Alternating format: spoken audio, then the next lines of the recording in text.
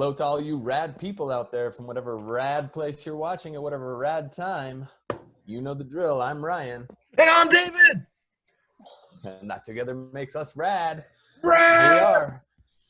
We are in the fourth or fifth or, man, I don't know. It's the raddest probably week. Dude, this is our 13th podcast. Lucky number 13. Don't get me wrong, So I'm pretty excited to know what kind of vibe we're going to be touching today, honestly. Yeah. Well, let's see. I don't know, David. I mean, what have you been listening to? Because I feel like music is really important at this juncture in our lives, right? I mean, man, whatever you're playing, whatever your soundtrack is, it's probably also affecting you. Don't get me wrong, but I consider myself a young man with an old soul, Ryan.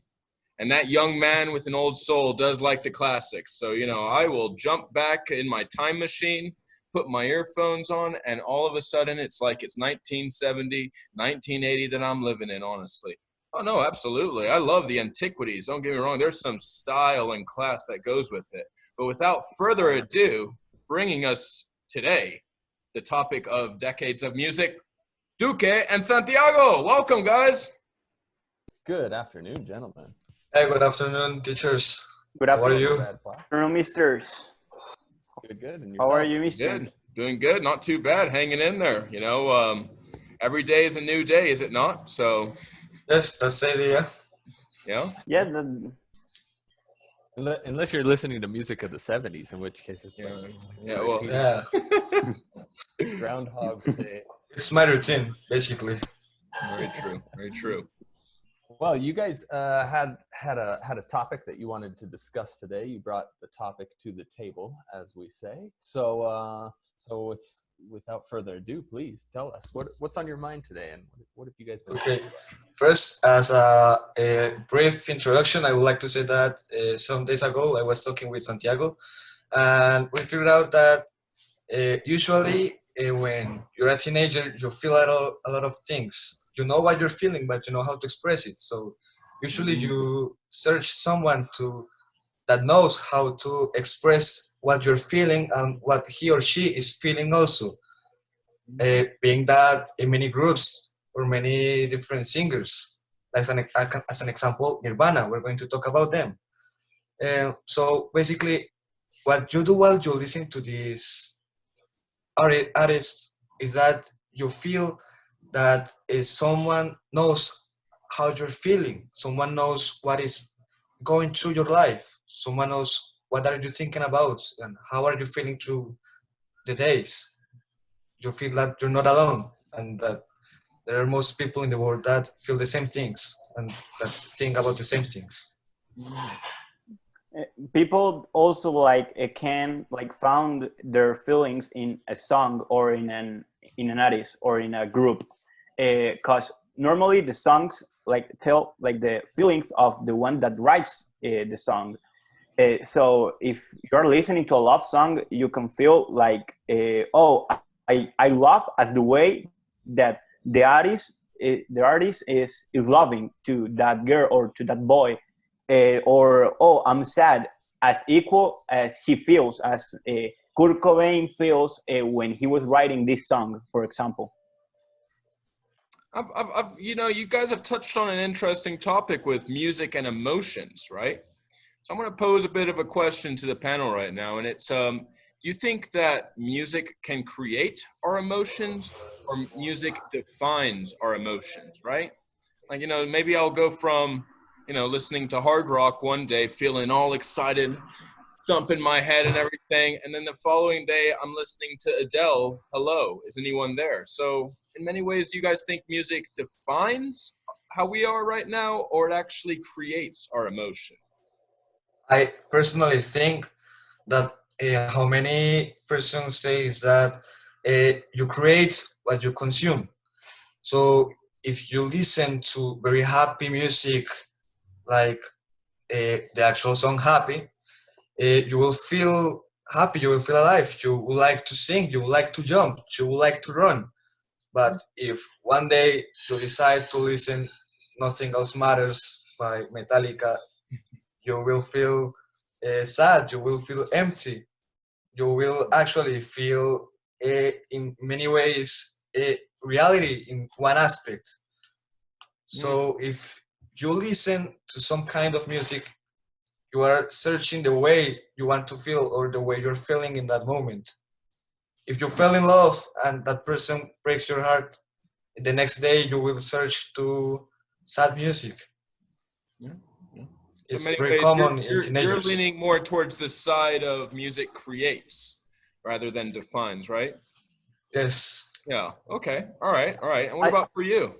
I think like the music can like join the emotions, like attach the emotion, Complement the emotions. because Compliments. That's a good. yes, like making like accompany the emotions to that place you want, because no one's like, if you are going like to run, to go to run, or to make exercise sports, you are not going to listen to sad music, because it's not like the moment, because you want like to feel excited, and the music that you want to join to that moment, it's like happy music. It's like music you used to the music you used to run, the music you used to make sports, for example. You don't want to make sports with sad music. It's a good point. It's a good point.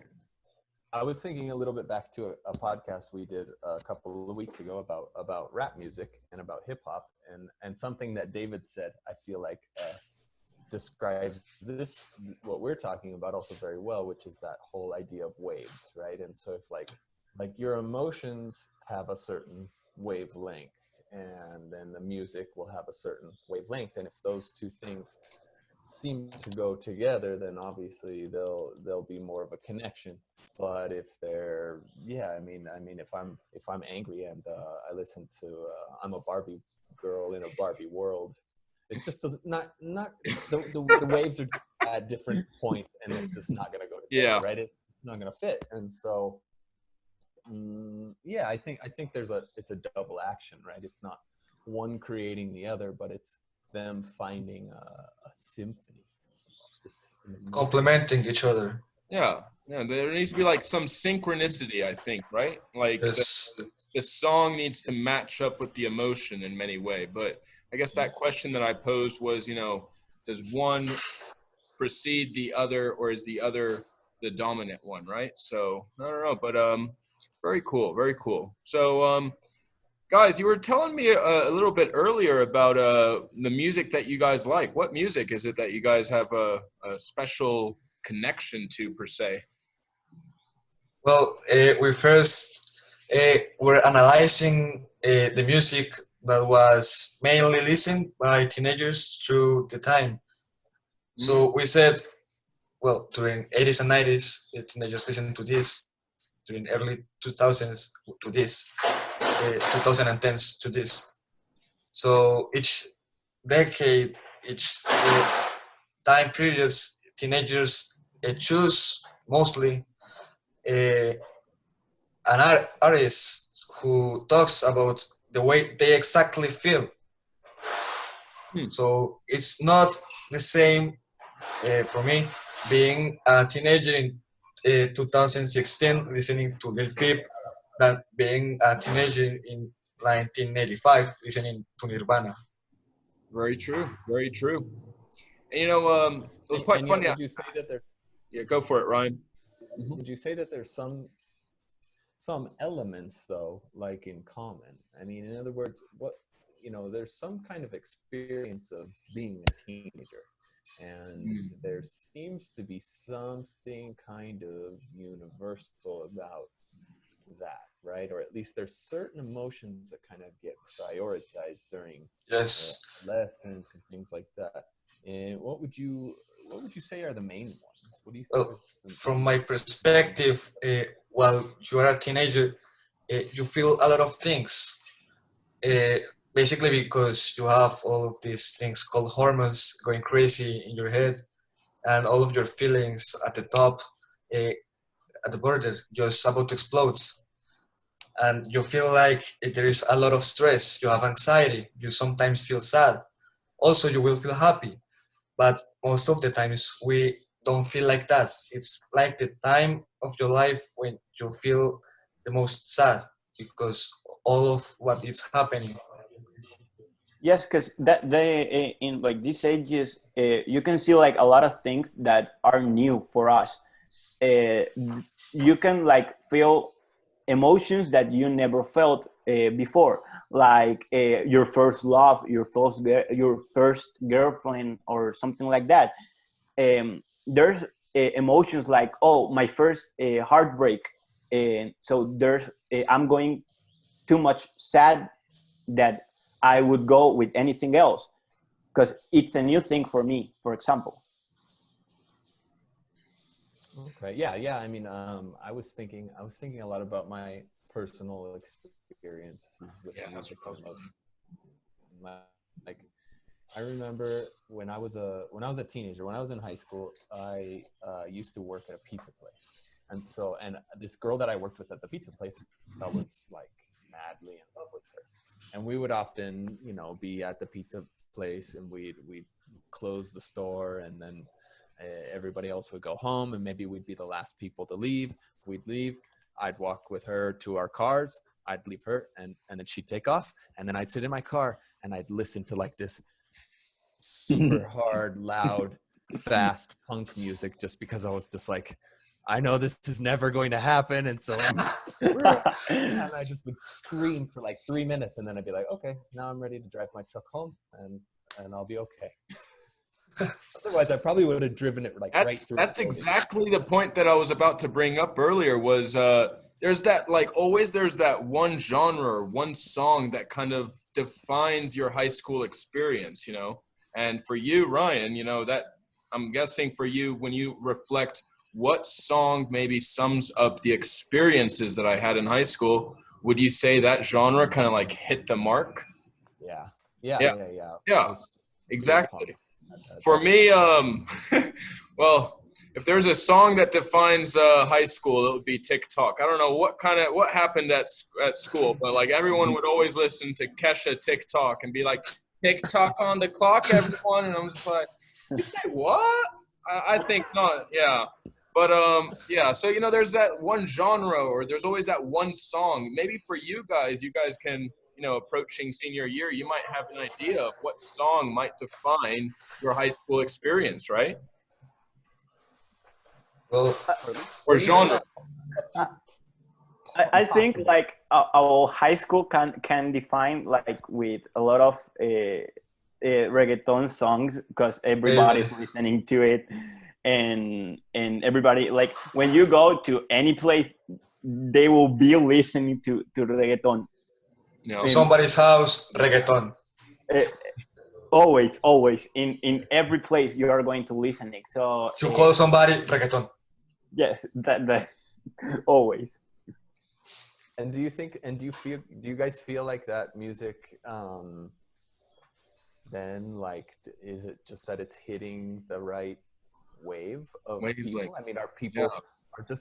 are people today in a reggaeton rhythm? Is that why? Or why do you think it is that, or is it just that Because it's so everywhere?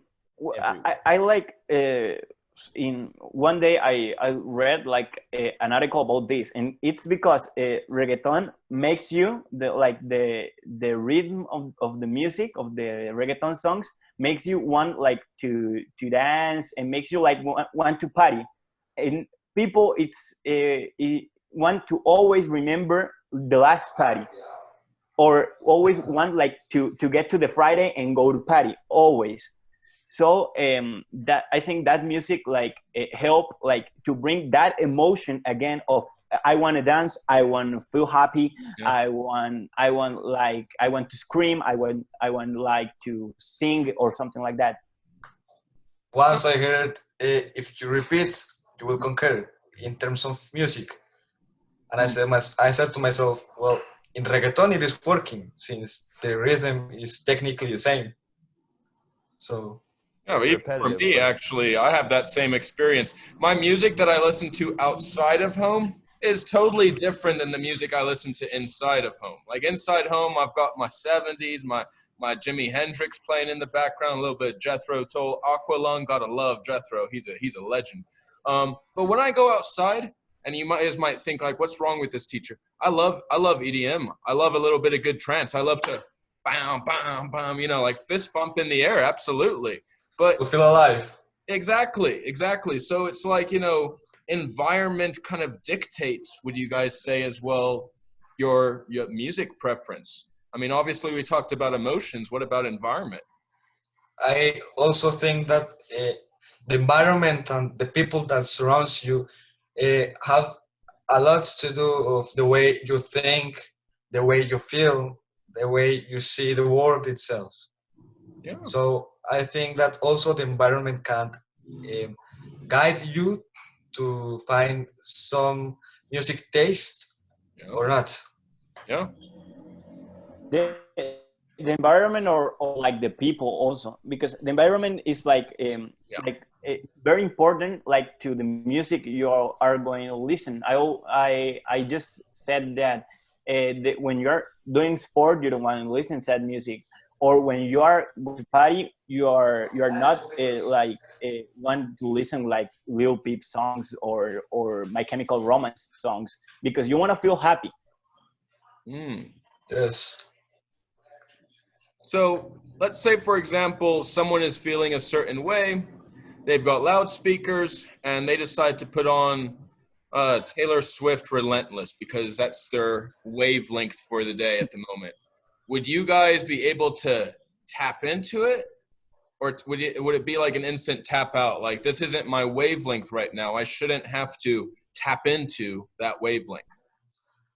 Well, I think that you can't predict what people are going to do. It doesn't matter if you know the person from years ago, from you since you were babies or not.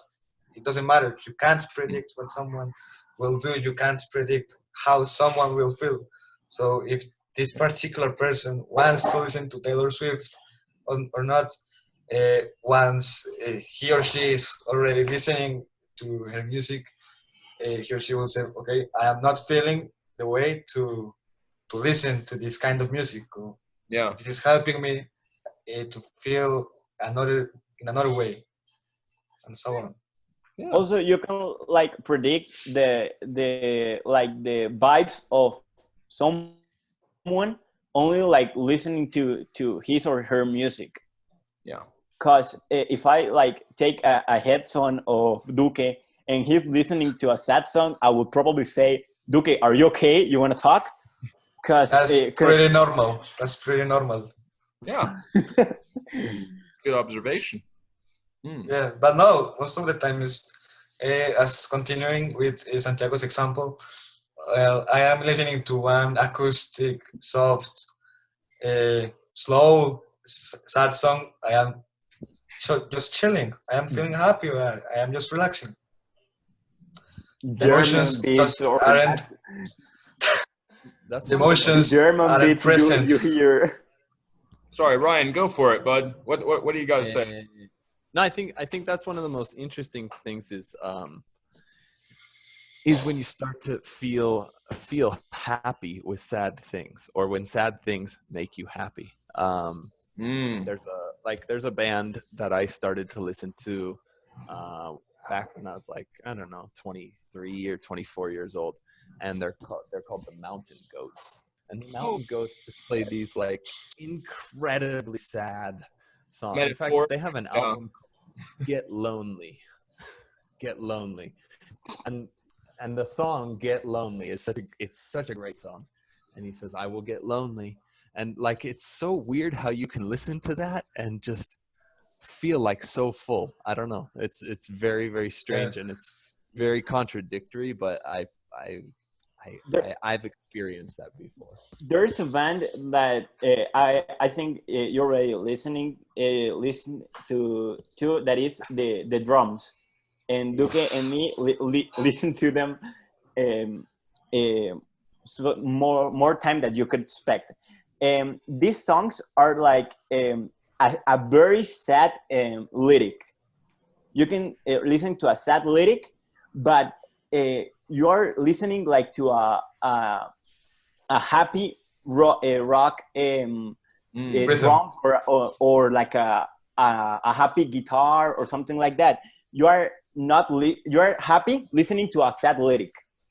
It's like listening to somebody that I used to know a few years ago. Yeah, that's a good point.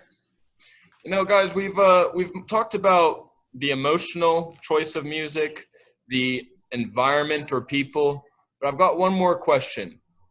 Have you guys ever listened to country music? Yeah, Darius Rucker? No, anybody?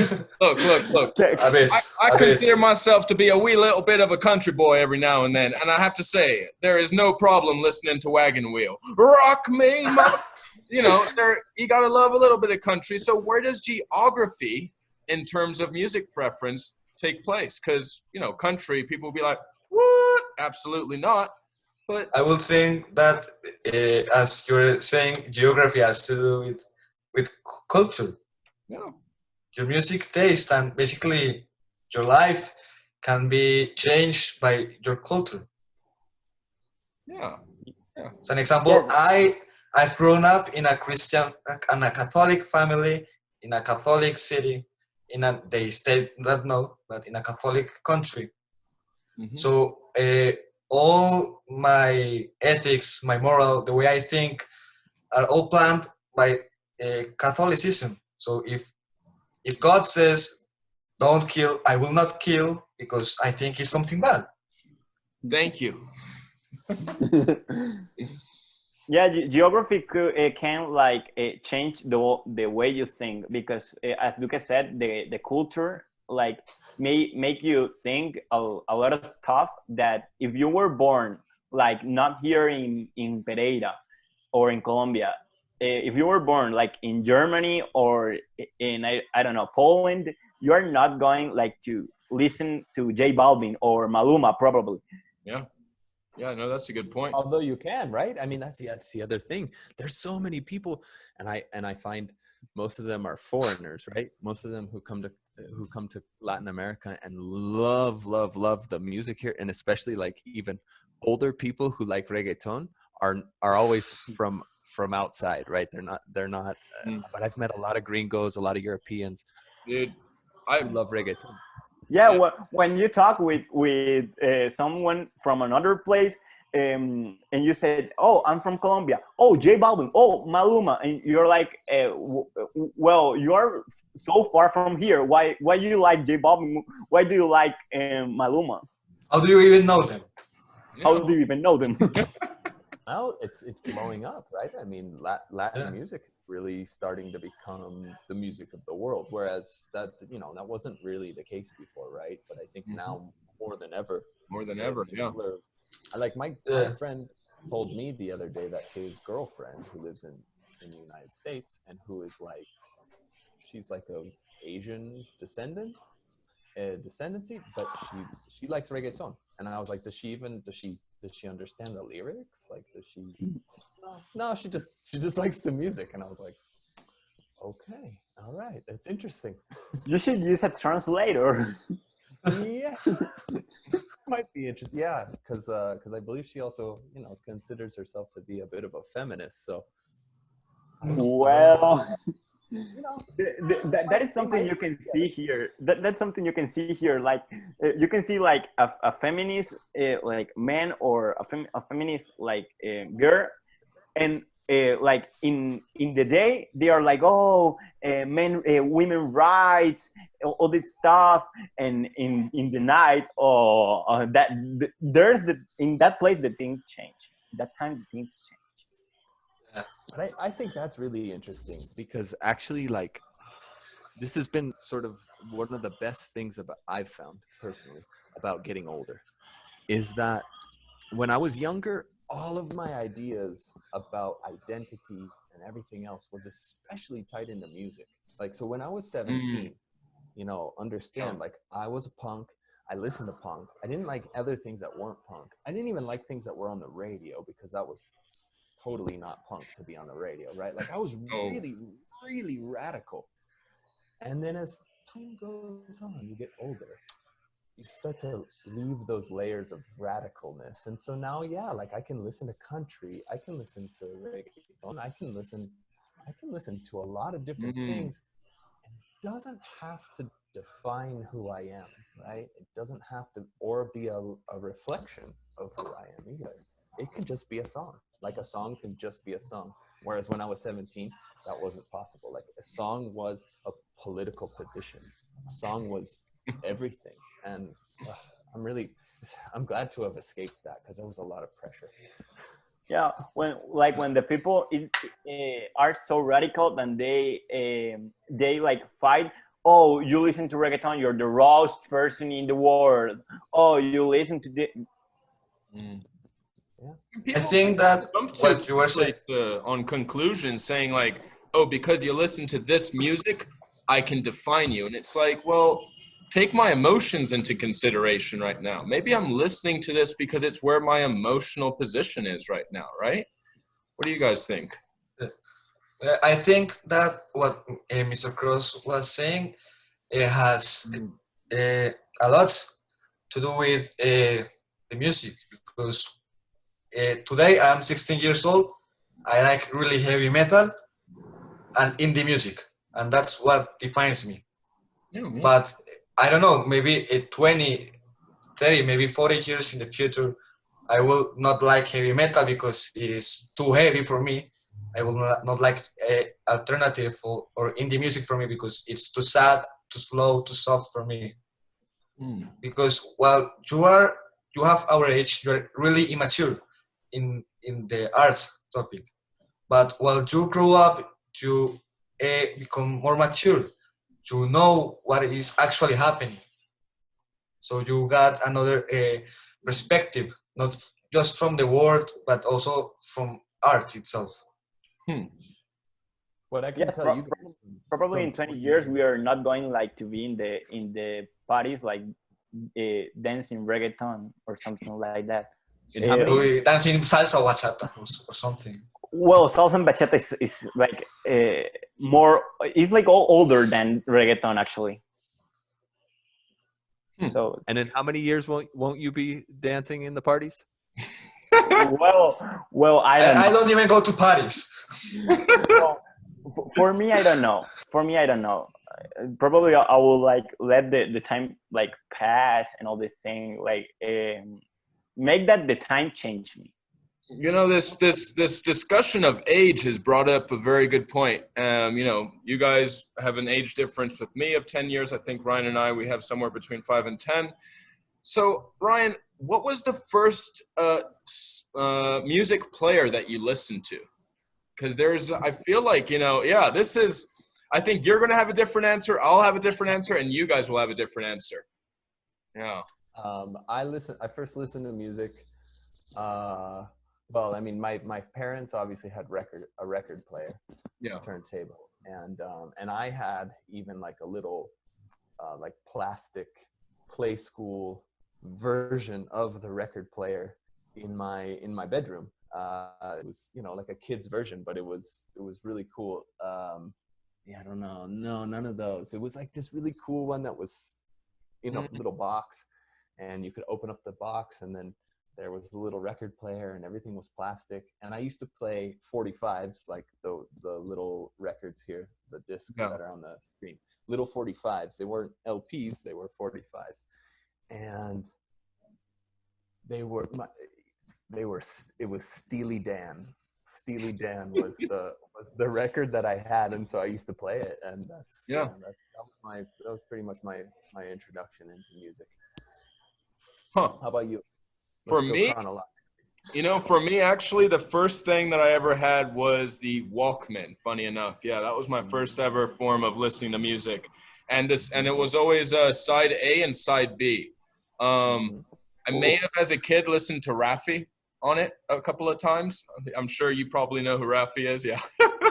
But you know, the tape where it was side A, side B gave evolution eventually to, and it's not displayed, but the CD. And that's why we call it a CD, because before we had the side A and side B for tape. And then when they came out with CD, they're like, well, what do we call this? Oh, before we had side A, side B, let's call this CD. Yeah. And then, you know, is that true? Yeah, 100%. Think about it right here. Look, side A, you can see it right there. Yeah. That's where they came up with the name. It makes sense. Yeah.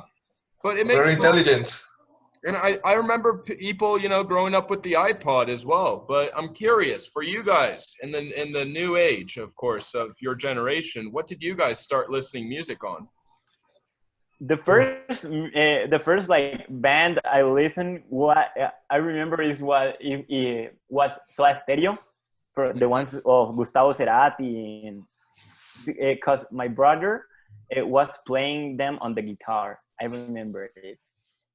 Also, I with like 5-6 years old, I listened with my older brother, Rata Blanca. That it's a hard metal in Spanish.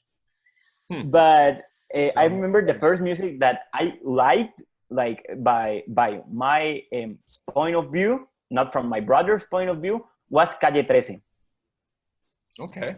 When I was like 8-9 years old, I remember that I found them not like from the cliche songs of Atrévete and all these things. By they had an album about the popular revolution. Now, Santiago, you mentioned when I found them. How did you find them, though? Was it through like you know, LimeWire, iTunes, Spotify? How did you find them? A platform that one month ago I learned that Spotify bought that platform, but it was a platform so like similar to Spotify in these days. What was it called?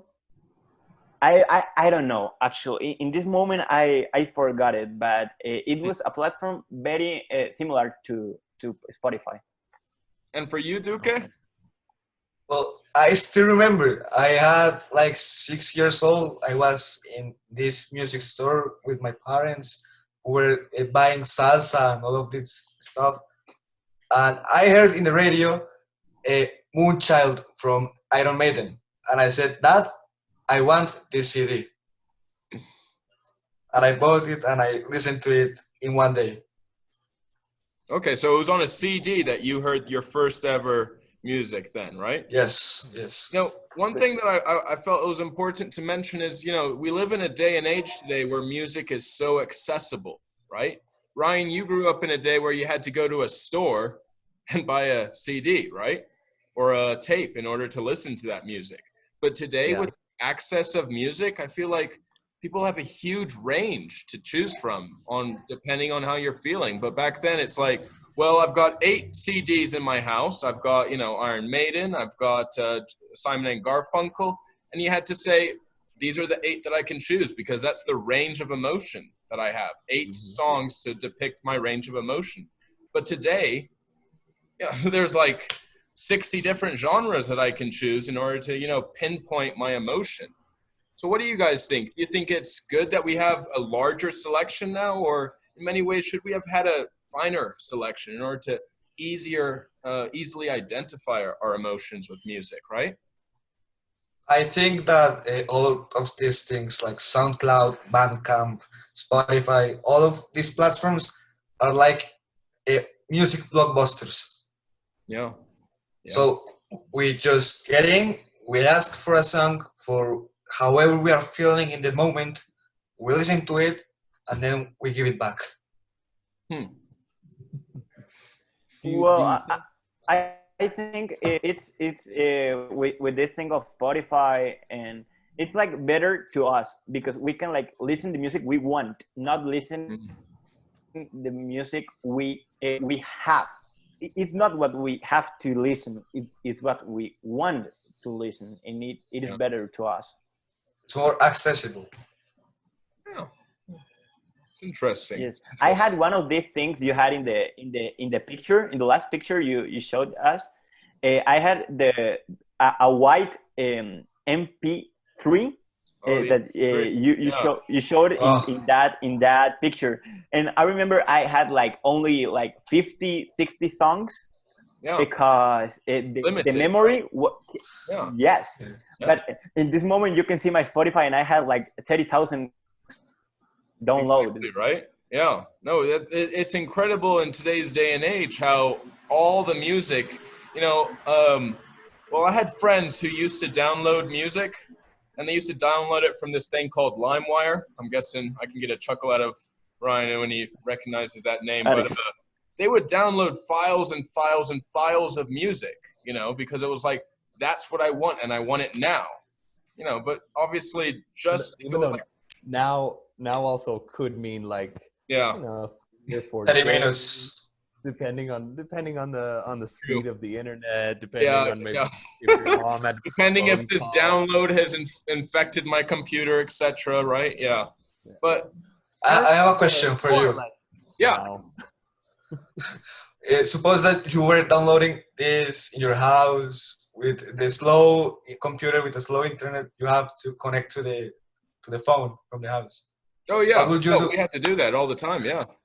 You spend the whole day downloading one song, and when it is about to finish downloading, your mom calls some friend, and the computer collapses until Guys, internet falls down, or all of guys this will stuff. never know the beautiful experience of the early internet. Yeah, I still remember the dial-up, and I remember my friends that downloaded it on LimeWire. Like sometimes we would wait a day and a half, and then it was like, oh, the internet went out over the evening, and it's like, you're saying we got to wait another 36 hours to download? Oh my goodness, yeah. I know the struggle and the pain, no doubt. Yeah. I love we being the old. had I love being the we old had a man. platform called Addis. We had a platform called Addis, and you need like to download, but with every download you are like downloading one song and 3 bytes. Yes. Obvio. Yes. And if you wanted to own one song, there were like 10 options, and all of them were the wrong ones. I don't know. It's funny because I never expected to be the old man of any sort of gathering like this, but now I am. So all I can say is, I used to go to the store. I used to go to the record store, and one of the things that I really remember that really for me just makes the whole experience of music different is that until you bought the CD, you would never really know how it sounded. Oh yeah. Right. And I just remember being attracted to certain art on the CD cover that's what it would make me go, well, okay, like it's in the punk section. All right, they're on the same record label as some other bands that I like. Maybe I can take a risk, but it's a $15 risk. Like that means That's probably a lot of money back then, definitely. Yeah. I used to buy like when I started working, I used to buy like 1 CD a month. So I would get my pay, I would take my pay to the bank, I would put it in the bank, and then I would take out, always like $20 or something, and I'd be like, all right, I'm gonna buy 1 CD, and that was my CD for the month. And if I made a bad decision, well, I guess I get to listen to my old CDs. Just to add on to what you said, Ryan. I know, like my dad did this growing up, but libraries and CD collections at libraries. I feel like that has been extinct now. Like it has been wiped off the face of the earth in terms of people going to the library, putting on their library headphones and like listening to a CD. Like it just, and the library was a place that you can listen to something that you've never heard or read something. But now we associate libraries with only books. But of course, libraries used to have that element of listen to this, see what you think, right? And now we have it fully accessible on the internet. Yeah. Right. No. Weird how things happen. Yeah. Evolution. As Jurassic Park says, evolution will find a way. These new platforms make you easier to make the audience to have more visits, I think. Because if you see for example, a singer or an artist like Lil Peep had 40,000 views in his first song release in SoundCloud. So it is when an artist I think in the 70s, in the 60s, when when they needed like to get a release of their first album, they didn't have 40,000 souls. You did it through concerts. That's the only way you're going to sell out big. Yeah.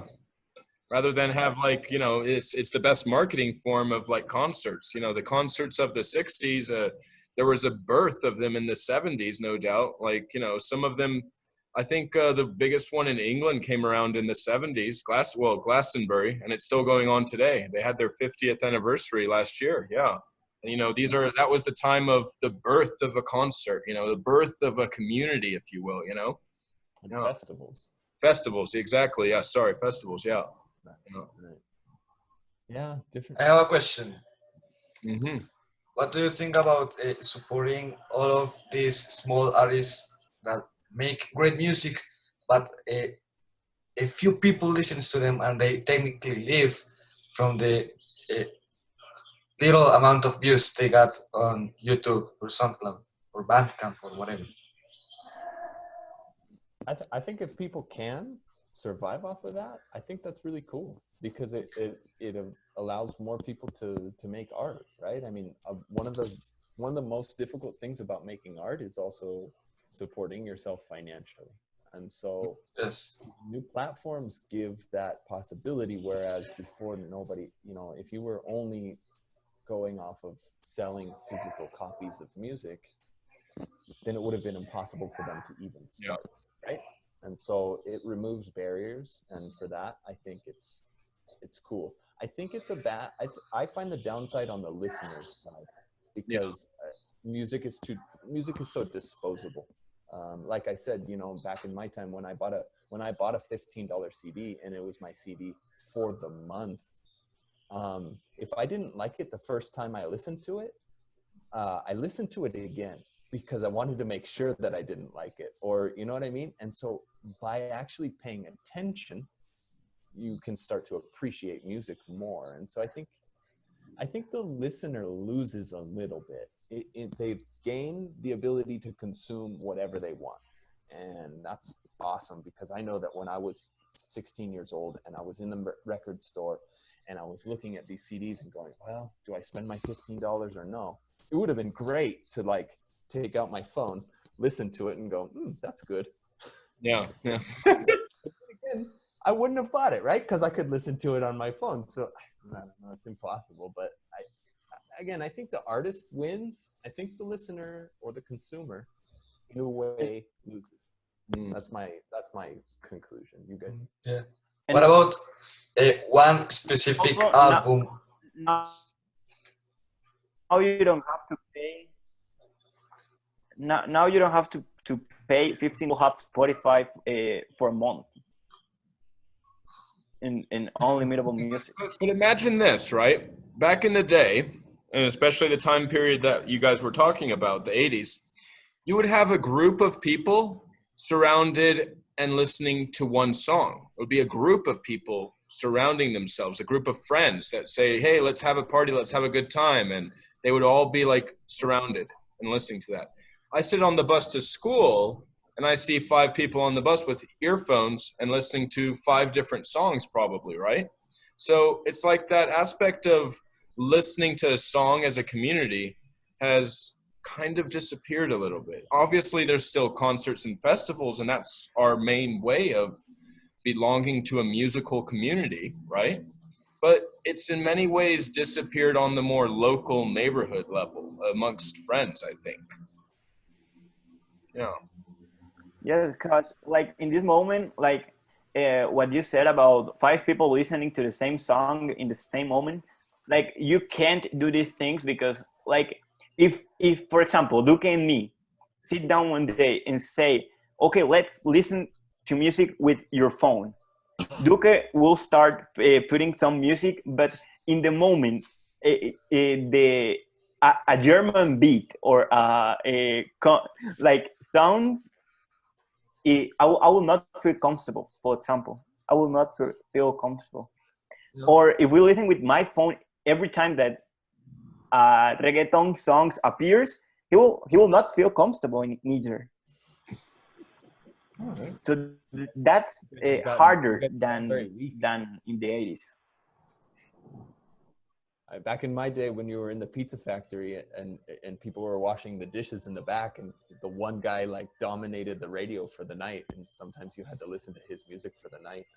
And, well, you know, you either had fun with it and sang it, or you hated the whole work night. So, you know, sometimes you have to be tough.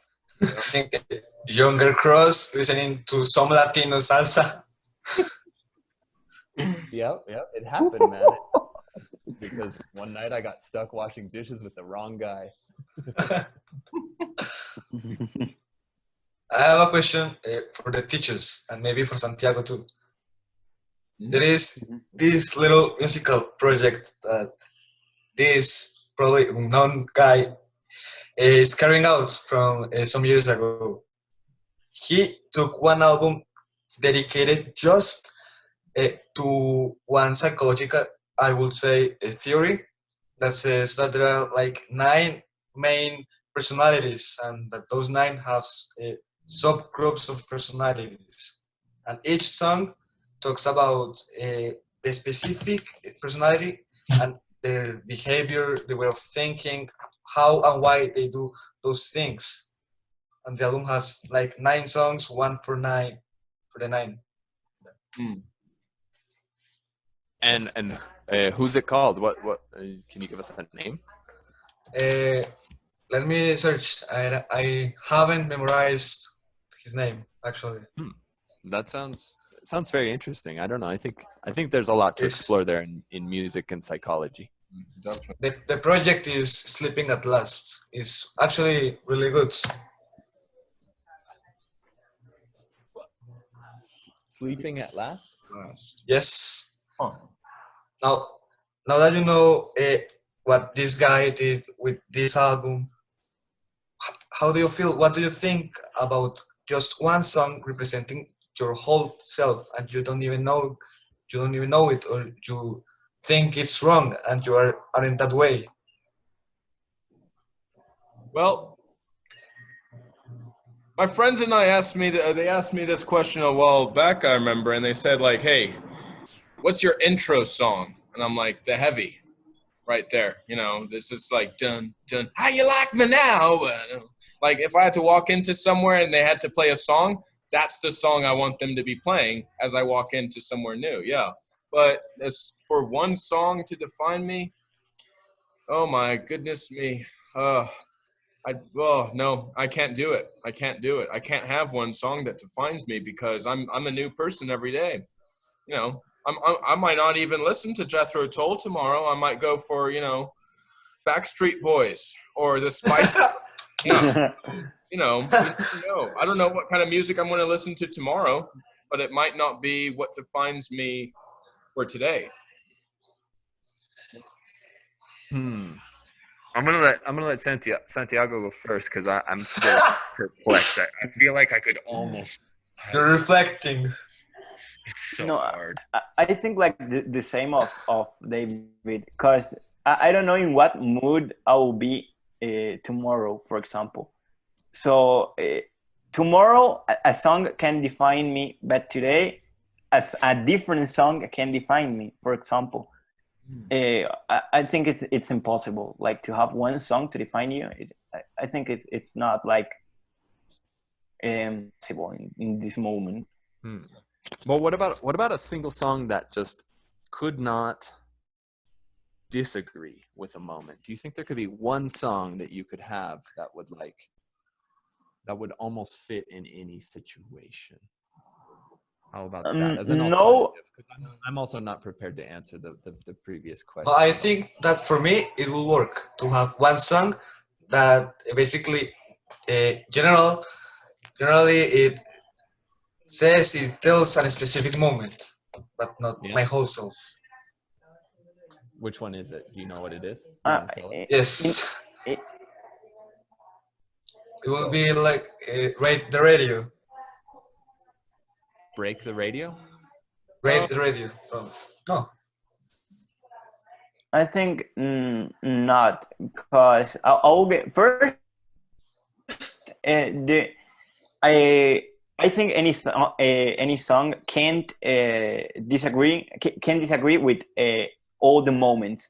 because there will be moments the song like can be like in the mood of that person, and if it is possible, I think I will get tired of that song, because like when I because I was listening to it in all days, all time, because when I'm like in sad moods, I'll listen to sad music and I'll get tired of sad music.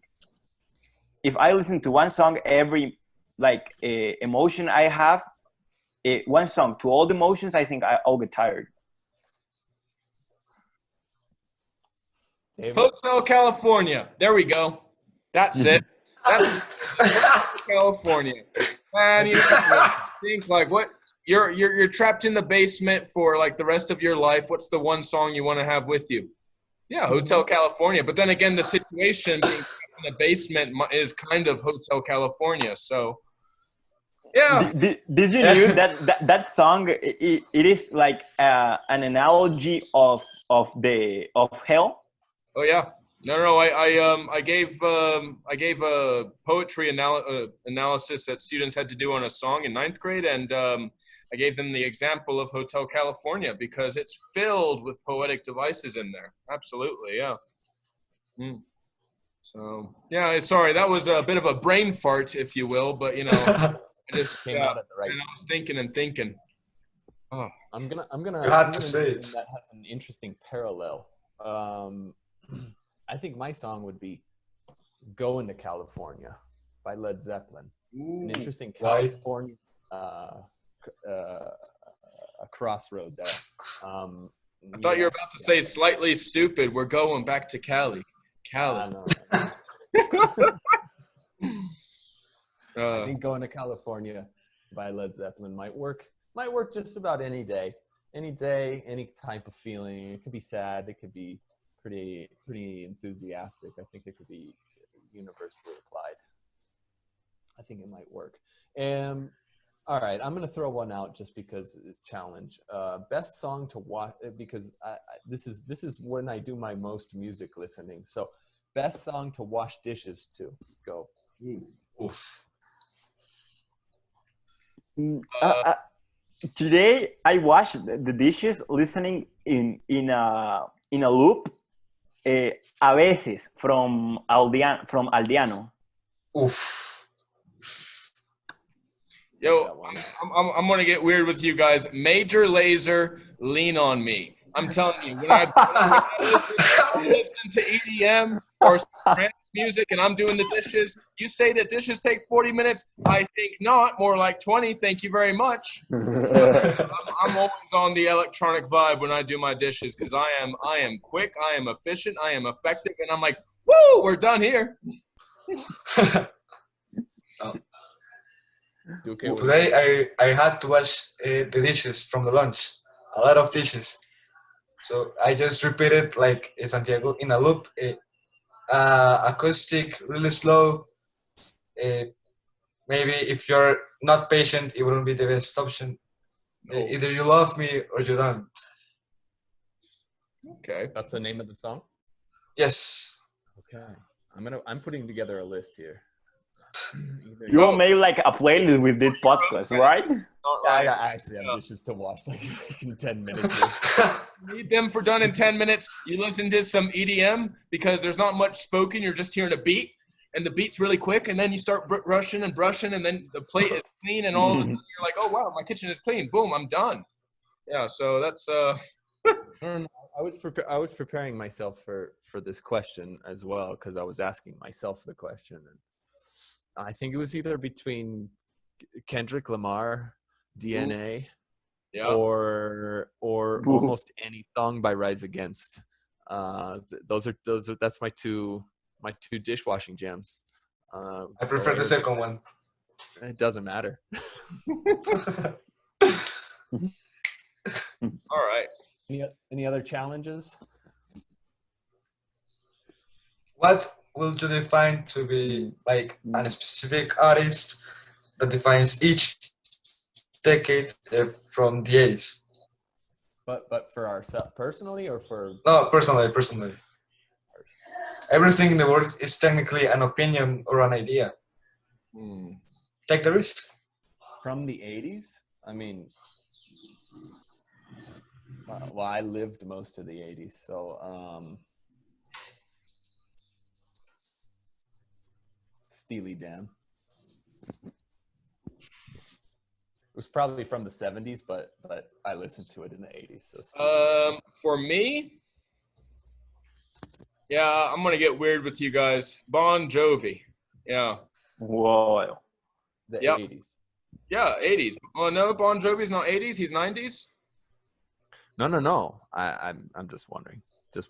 I'm pretty sure Bon Jovi is like. Well, we'll put it this way. I think, never I think he's still going. 80s. Yeah. All right, fine. Guns N' Roses. Yeah, Guns N' Roses probably. Okay. What about you guys? From Well, the 80s. Well, I think I'm not that old, but I think like from the 80s. I don't know. Like I listen a lot like to Nirvana. That is from the end of the 80s, and I really like them. Also, Guns N' Roses could be an option. Yeah. I initially asked the question because Figueroa and me prepared something, one random topic, if you would like to say it, about categorizing some bands or artists to the decades. Okay. So Nirvana has a lot to do in the 80s and 90s, for example. Okay. See, I was gonna go for 90s. I was gonna go Ace of Base. Ooh. Don't turn around. Yeah. Okay. I know it's cheesy, but like I think it's perfect. I think it's perfect for the 90s. Am I right in saying Red Hot Chili Peppers counts for the 90s? Ooh. I would say. Yeah, Yeah. yeah, Red Hot Chili. yeah. I will say. I can jam to. Oh my goodness. I remember the concert. Oh geez. Oh, anyway, I should stop what I'm saying right now. Oh. Which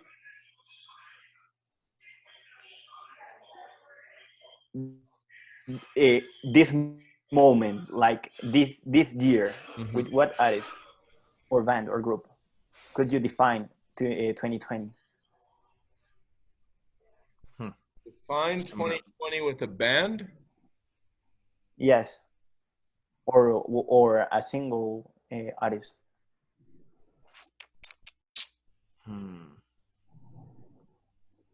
I'm gonna throw one out there. Bittersweet Symphony to define 2020. Yeah. I like that. I'm gonna throw out a name that we've mentioned on the show before, but I'm gonna throw out Bus Driver, the rapper. I think it is the perfect blend of craziness.